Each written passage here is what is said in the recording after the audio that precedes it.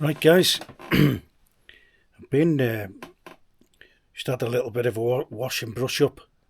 The grey man comes out and goes to the shops, and I've got the little Gant number on. I like putting the shirt on now and again, in between being shuffling about as a grey man.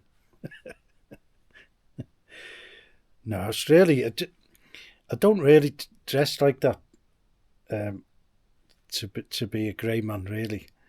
It's just that I just potter about the house and that, and I kind of if you don't get dressed up to do that, do you?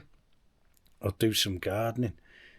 And I've been strimming like a monster this morning because we're having what we call an Indian summer. Well, they actually call it here a gypsy summer, which is probably it's probably you wouldn't be allowed to do that in the UK, would you? You know, I don't know whether you can even call it an Indian summer anymore. Although who knows?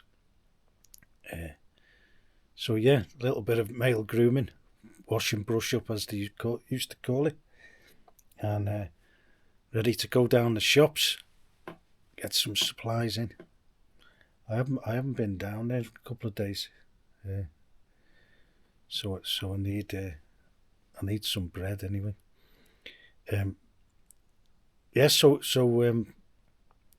We were 30 degrees yesterday, and it's 30 again today. Well, it's gonna be, and then they've forecast the temperatures are gonna drop in the next few days significantly. So we'll see anyway. But I don't mind the sun when it's this time of year, and I've actually caught the sun. The last few days have been on the balcony in the morning, and then out in the garden, doing thinning out the herbs and stuff, and kind of got a bit of sunburn,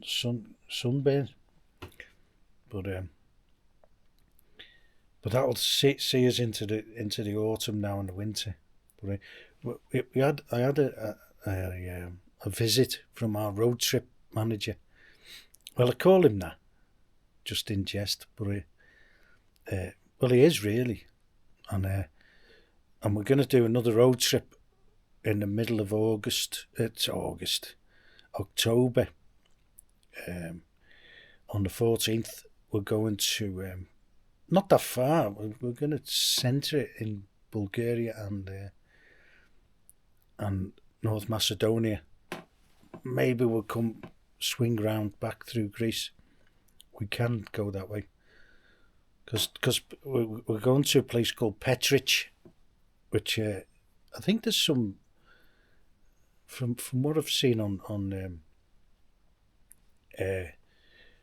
forums and that in Bulgaria. There's a few English settled there, and I've never been, but it looks fantastic. It looks well developed, and it's in a superb location if you like travelling about the Balkans. It's within easy reach. I mean, Petric is only about 4 or 5 kilometres from Greece.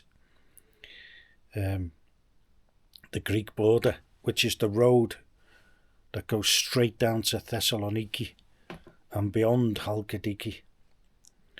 I'd like to go to Halkidiki. I haven't been there before, and I've only just passed through Thessaloniki.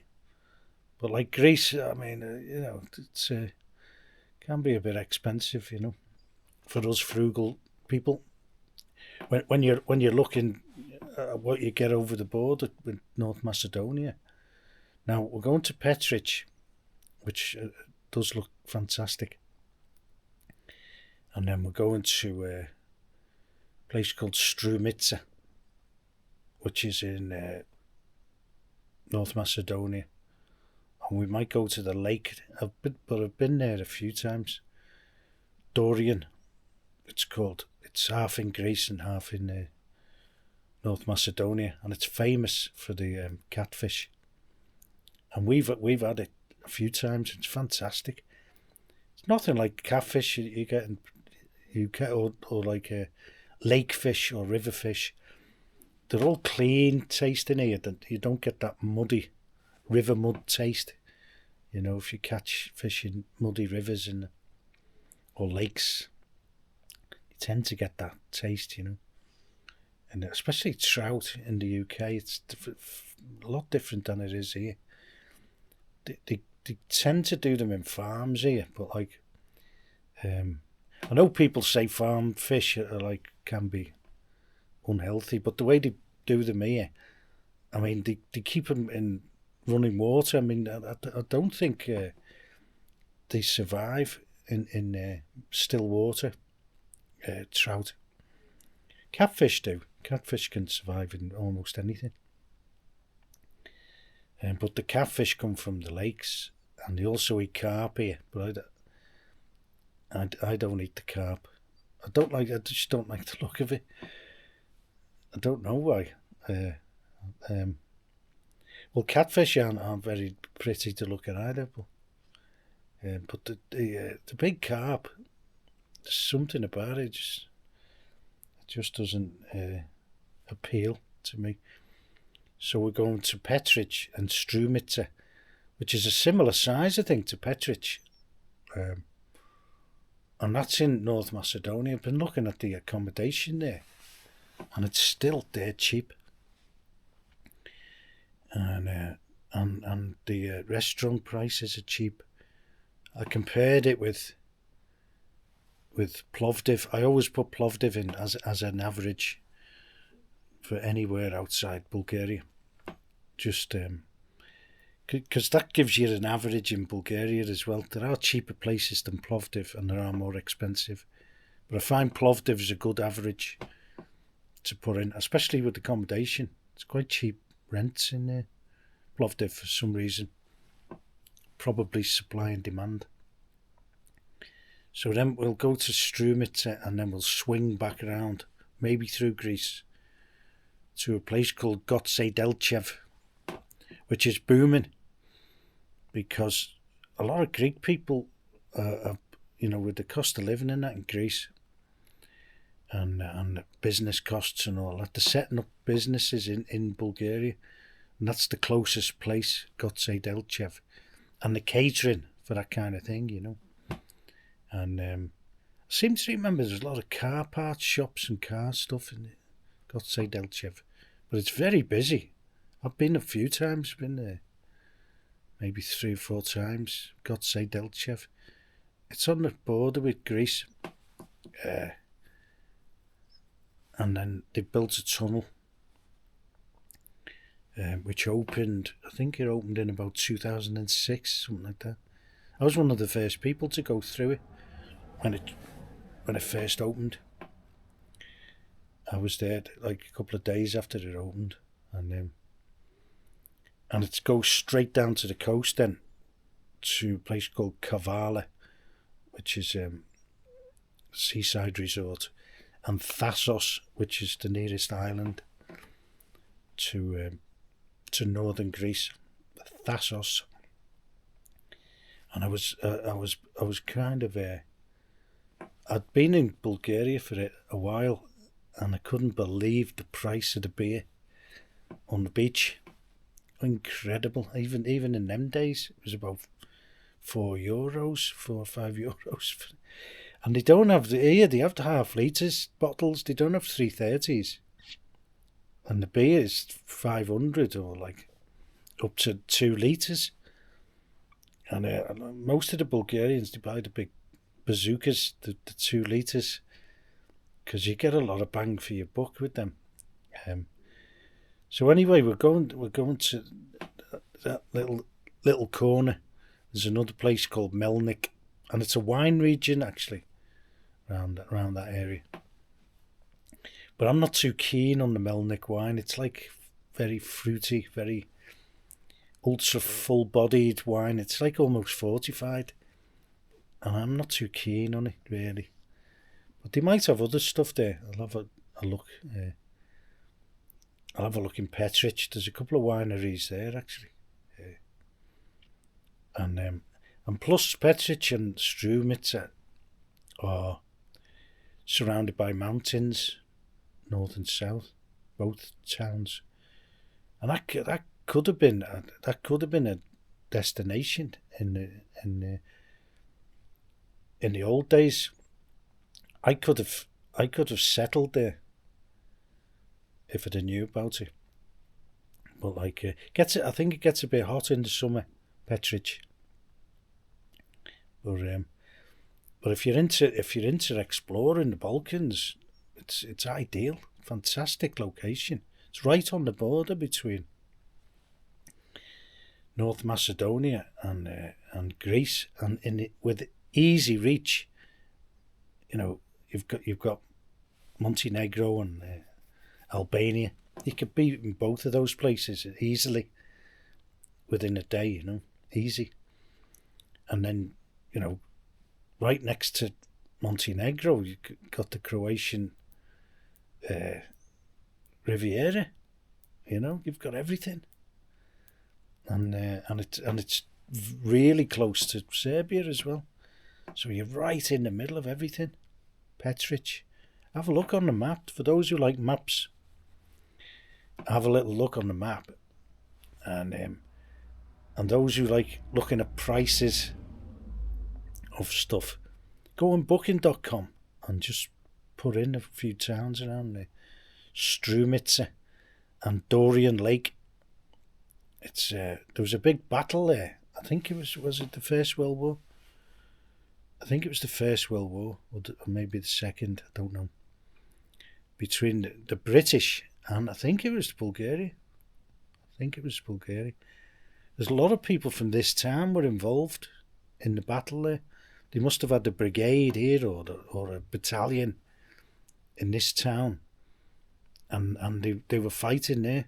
Dorian used to be part of Bulgaria, I think, but you're not allowed to say that in Macedonia. They don't like it.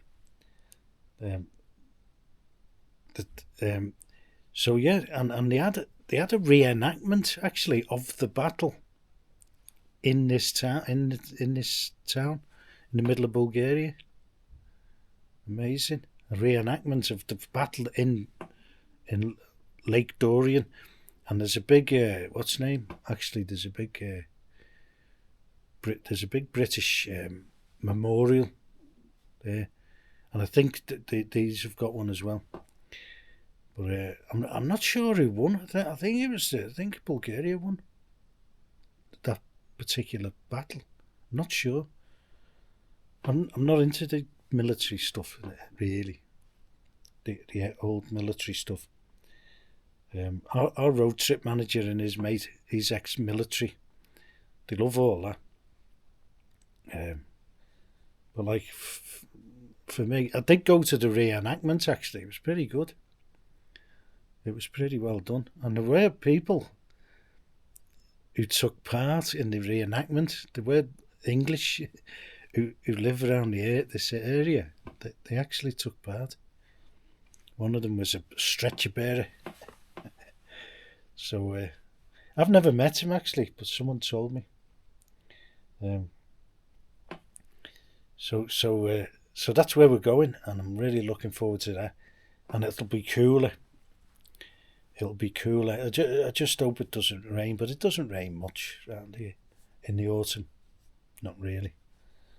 It can do, but we'll have a look at the weather before we go, and we can always put it off for a few days because we're not on we're not on strict dates. We're on flexi dates.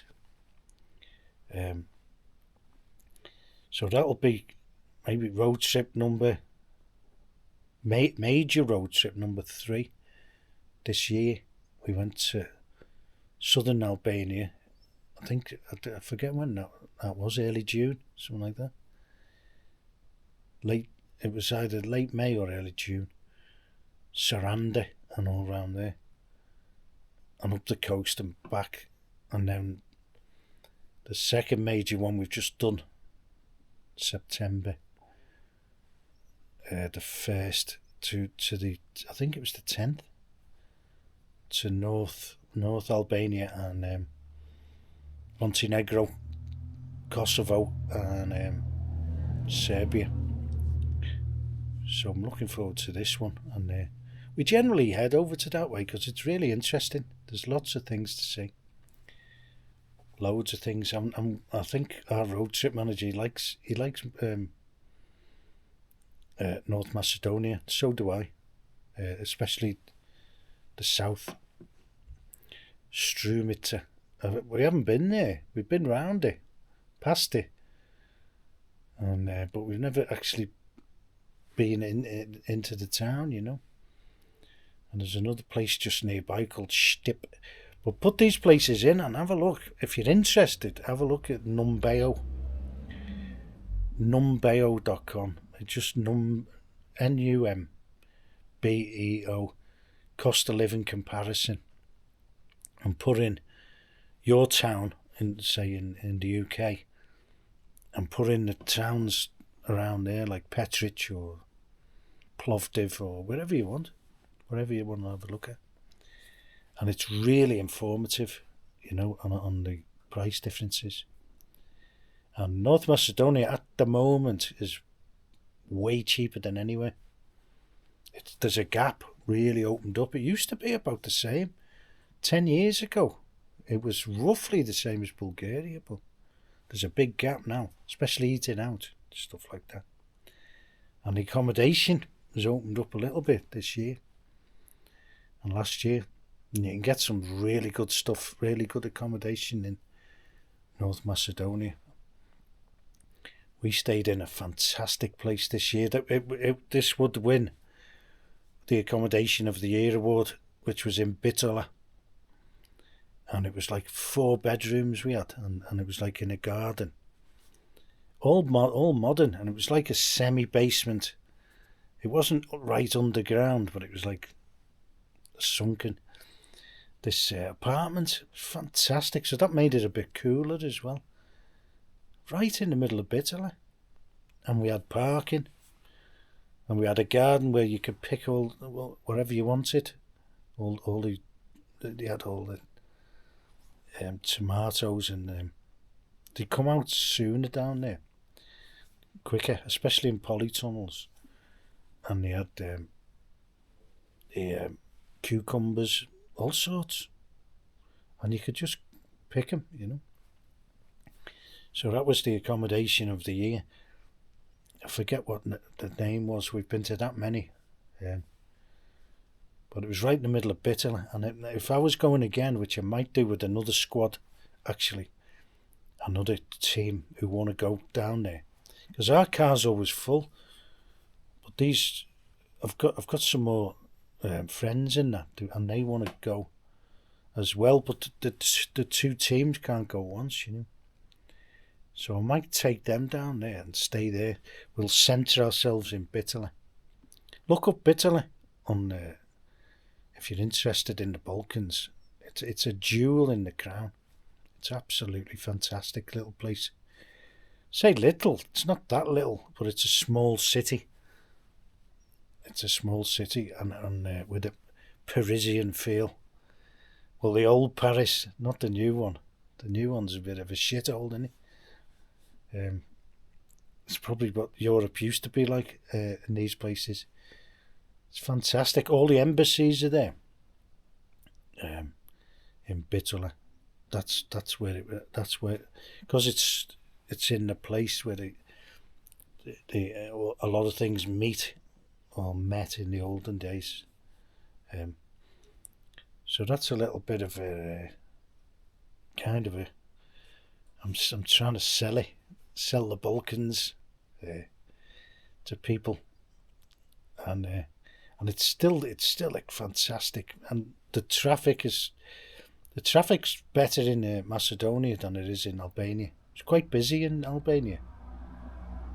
In fact, it was very busy up north of Tirana, because there's only one road, so it was a bit heavy traffic, you know. You wouldn't expect that, would you, in Albania? But, well, I didn't. But there's not much traffic anywhere else. Serbia, never any traffic really. Because the population of Serbia is virtually the same now as Bulgaria. Bulgaria's slightly bigger on the square kilometres. I thought Serbia was bigger, but it isn't. It isn't. Bulgaria's bigger, square kilometre wise, and slightly bigger population. Not much. It's only like 0.2 of a million, 200,000 difference. So yeah, and Macedonia is very small. I don't know what Greece is. I don't take that much interest in Greece, really. It doesn't really interest me that much. Because I've been there loads of times, Greece. But I just don't, I think they're a bit rude, actually. But that's just me. But yeah, I think they go through the motions with tourism, and I think it's had an effect as well because it's not that popular anymore. It had its day, but like I don't think they